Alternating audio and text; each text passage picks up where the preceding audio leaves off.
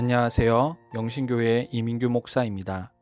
5월 5일 목요일 큐티 본문 말씀은 룻기 3장 1절에서 13절까지 말씀입니다.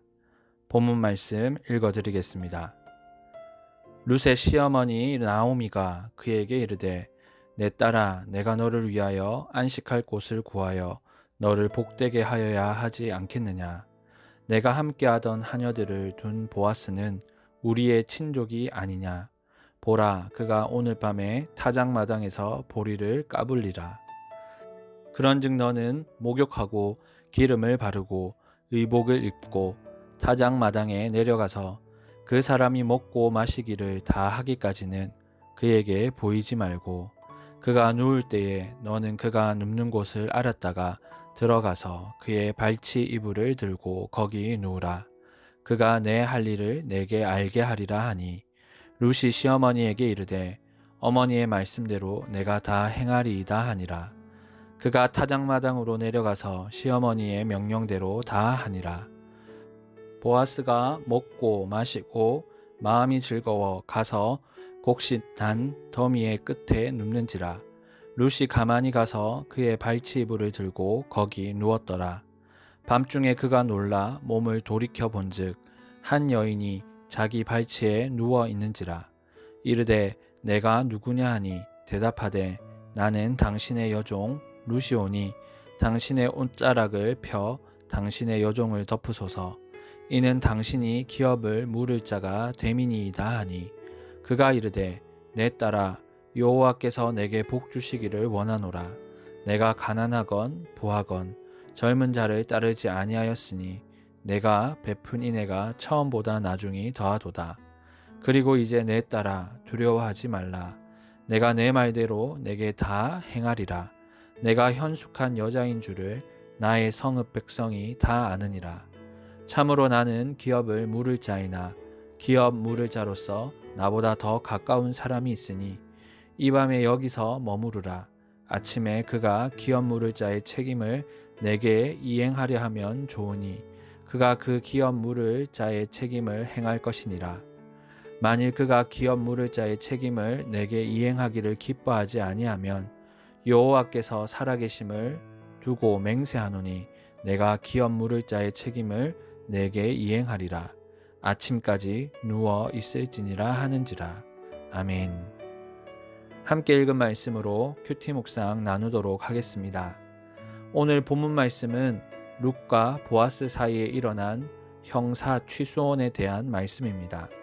형사 취소혼은 고대 사회에서 있었던 결혼 방법으로서 형제가 죽고 난 뒤에 죽은 형제에게 아들이 없을 경우 그 형제의 아내와 결혼해야 하는 일종의 관례였습니다. 룻은 일찍이 남편을 여의고 아들이 없이 시어머니 나오미와 함께 살고 있었습니다. 보아스는 룻의 남편의 먼 친척으로서 형사 취소혼의 의무가 있었습니다. 이 사실을 알게 된 시어머니 나오미는 룻에게 보아스와 결혼할 것을 명령하죠. 본문 6절을 보면 룻은 나오미의 명령을 그대로 다 행하였습니다. 룻은 어머니의 명령을 따라 보아스가 누워 자는 곳에 가 보아스 옆에 가만히 누웠습니다. 룻은 잘 알지도 못하는 사내 옆으로 가서 그것도 몰래 잠자리를 같이 하려 한 것입니다. 현 시대에서 룻의 행동을 생각해보면 참으로 황당하고 무례한 행동이라 할 수 있습니다. 하지만 룻은 분명한 이유를 가지고 그런 행동을 하였습니다. 잠을 자다가 곁에 사람이 있음을 느끼고 깜짝 놀라 잠이 깬 보아스는 자기 발치에 한 여인이 누워있음을 보고는 화들짝 놀랐을 것입니다.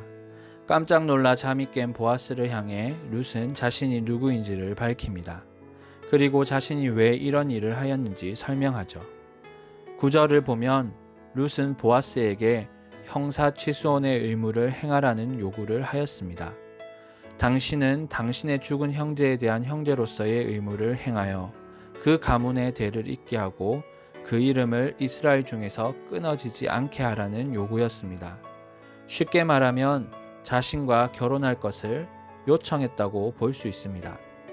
그런데 보아스는 이미 룻에게 호감을 가지고 있었는지 룻의 요구가 그렇게 반가울 수 없었습니다. 10절을 보시면 그가 이르되 내 딸아 여호와께서 내게 복 주시기를 원하노라 라고 기록합니다. 보아스에게 룻의 청혼은 엄청 기쁘고 즐거운 일이었습니다. 보아스는 룻을 보고 기뻐하며 축복하였습니다. 룻은 이미 그 지역 일대에 현숙한 여자로 소문이 나 있었기 때문에 많은 남성들에게 1등 신부감이었습니다. 보아스도 많은 남자들 중에서 룻을 연모하였던 것 같습니다.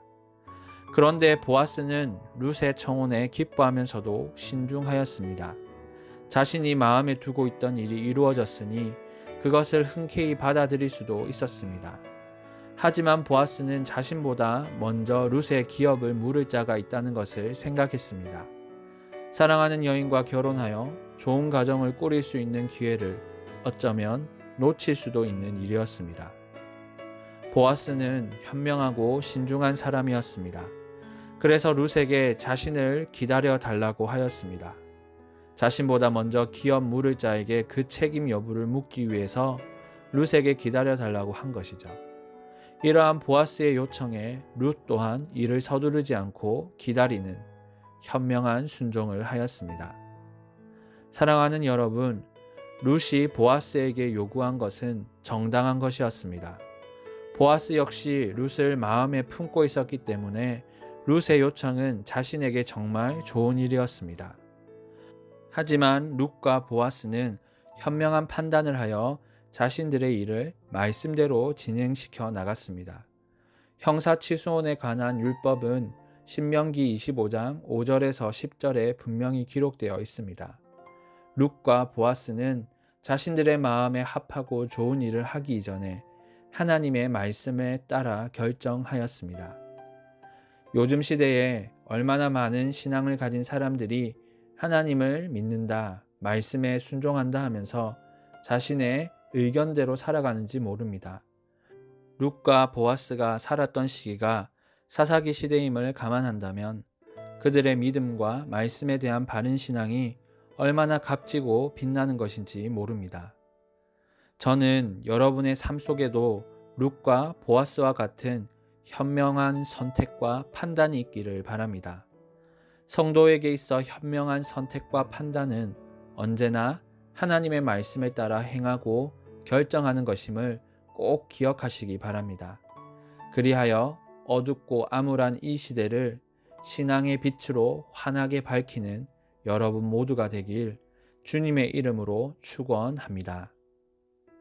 이 시간 묵상하신 말씀을 가지고 함께 기도하길 원합니다.